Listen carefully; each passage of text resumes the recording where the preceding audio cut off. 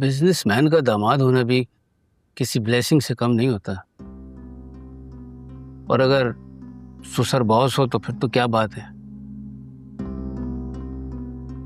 Promotion के बहाने बड़े बड़े प्रोजेक्ट दे दिए जाते हैं और कोई गलती हो जाए तो कोई पूछताछ भी नहीं है। देखो तुम्हें मसला क्या है मेरे से? ये मसला तो कुछ नहीं है, मैं तो जनरल सी बात कर रहा हूँ। तुम जनरल से बात नहीं कर रहे हो, मुझ पर टॉन्ट कर रहे हो बल्कि। हाँ, टॉन्ट कर रहा हूँ क्योंकि तुम्हें दामाद होने का एक्स्ट्रा फेवर दिया जा रहा है। वरना कल जो तुमसे गलती हुई है ना, अगर वो गलती हम में से किसी से होती तो अब तक तो हमें खड़े खड़े फायर कर दिया जाता। लेकिन तुम तो ठहरे दामाद। तुम्हारी तो काबिलियत आफिया मैम के शौहर होने की वजह से है, जिनकी वजह से तुम यहाँ हो। तुम्हें भला यहाँ पर कौन निकाल सकता है?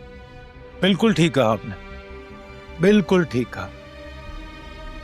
इसलिए इसको निकालने के बजाय तुम जैसे थर्ड क्लास सोच रखने वाले एम्प्लॉय को फायर कर देना चाहिए। सर मेरा बिल्कुल भी ये मकसद नहीं था। आप चाहें तो आप फयाज से पूछ लें, हम तो मजाक कर रहे थे। आप मजाक नहीं कर रहे थे, मजाक उड़ा रहे थे, और वो भी अहमर का। जानते ही कौन है? ये शहीद ग्रुप्स का दामाद है, दामाद।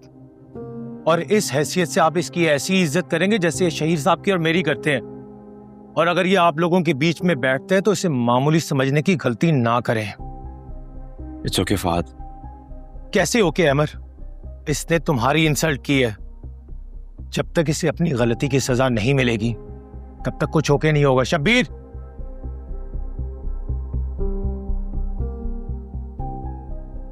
जी बॉस। ये कल मुझे ऑफिस में नजर ना आए।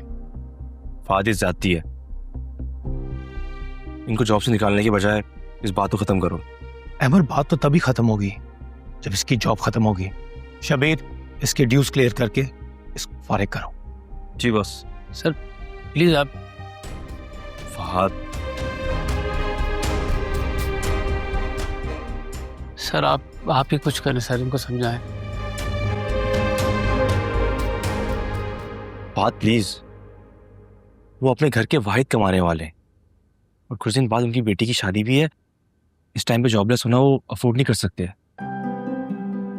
अगर ऐसा था तो उसे बोलने से पहले सोचना चाहिए था ना। उन्होंने गुस्से में बोल दिया, कोई बात नहीं, कोई जज्बाती से हैं वो। उसने कहा और तुमने सुन लिया और बर्दाश्त कर लिया, लेकिन मुझसे नहीं बर्दाश्त हुआ ये। क्या हुआ, सब खैरियत है? कुछ हुआ है ऑफिस में? बाहर स्टाफ भी सारा वियर्ड बिहेव कर रहा है। हाँ, वो मैंने साहिर को फायर कर दिया। क्यों? अमर की इंसल्ट की है उसने। आफी तुम ही समझाओ, ये ना निकाले उन्हें। इस मामले में मैं आफिया की भी नहीं सुनूंगा। प्लीज मुझे बताओ तो सही, हुआ क्या है?